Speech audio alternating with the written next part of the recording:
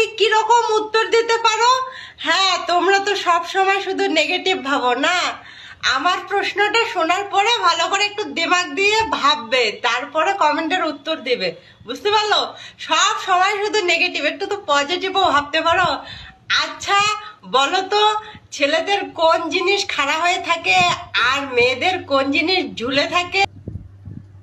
এই দায়িতা কি কয় শুনছেন? এই দায়িতা হইলো মনে করেন যে ইন্ডিয়ার লোক। এই দায়িতা সবসময় খালি খারাপ কথা কয়, সবসময় খালি নেগেটিভ থাকে। মানে এমন এমন কথা কয় আসলে শোনার যোগ্য না। এই সামনে দাঁতগুলো, বড় বড় দাঁতগুলো দেখছেন? এই শিল আছে না, এই সামনের দাঁত দুই তিনটে শিল দিয়ে বাড়ি দিয়ে ভাঙ্গা দেন দরকার। শিল দিয়ে ভাঙ্গা দিলে আর 20 দাঁত পরে যাবো, আর কুরকুরে থাইমা যাবো। বেশি বঙ্কচক্র করবে না, বেশি হয়ে গেছে মনে করেন যে এটারে ভাইরাসে ধরে গেছে, এদেরকে দাঁত ভাঙা দেওয়ার দরকার। সঠিক বলেছেন, আপনার বুদ্ধি